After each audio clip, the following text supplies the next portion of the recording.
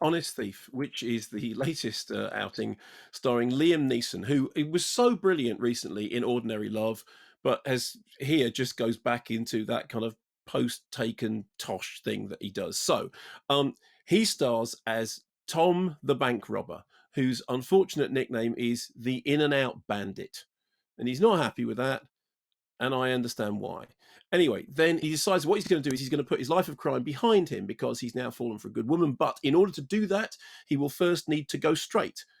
So he will go straight, but only after turning himself into the FBI to make sure that his slate is clean so that he can then carry on with it. You get the general gist. Here's a clip. Okay. Tom Carter, why don't you tell me what you've been up to? I'm in the news. You know what I've been up to. Humor me.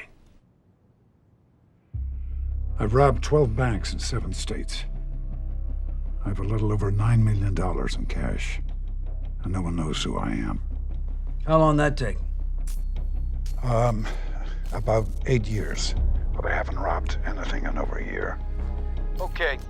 You got an address where I can find you? I want to make a deal. A deal? What kind of deal?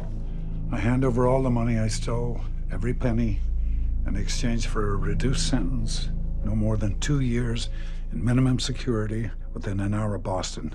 With full visitation rights. You thought this through? It's important. You know, I wonder sometimes whether Liam Neeson goes, is there a scene when I'm on the phone? And is there another scene when I'm on the phone and I talk slightly threateningly? Because there is in this film. Because essentially what happens is he wants to turn himself in, then he gets double crossed. Next thing, there's a murder. He's in the frame for it. So he then has to do the stuff that he usually does. He has to run around. He has to chase people. He has to punch people. He has to shoot people. He has to threaten people on the telephone. I have put a bomb in your car. And then he has to blow things up. And then it all in order to prove that he's completely innocent.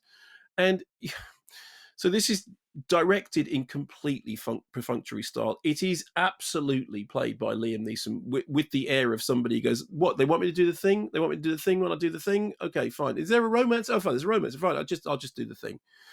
And I mean, it's going to be, it's a cinema release, and I think what it thinks is that it's kind of in the same market as Unhinged, the Russell Crowe thriller, but it's nothing like. I mean, I kind of enjoyed Unhinged for all its for everything that was wrong with it. In the case of this, it was just like, really, do you need to be doing this? It's so boring. And the when he originally Jai Courtney's there, and you go, okay, so he's about to double cross him and be villainous. Why? Because he's doing the double crossing villainous face that he does whenever he is being double crossing and villainous. It's rubbish, and he shouldn't. It's like Liam Neeson has got better things to do with his time. Ordinary Love just won an award at the Irish Film Television Academy Awards. Great, he's brilliant in that film. Taken's run its course. Just, the next time, Liam, you get a script that says, and then you're on the phone, you have to threaten to blow somebody's house up, just say no. Just say no. Is there a Frenchman with a baguette in it? No, there isn't. And there's nobody driving the boat either.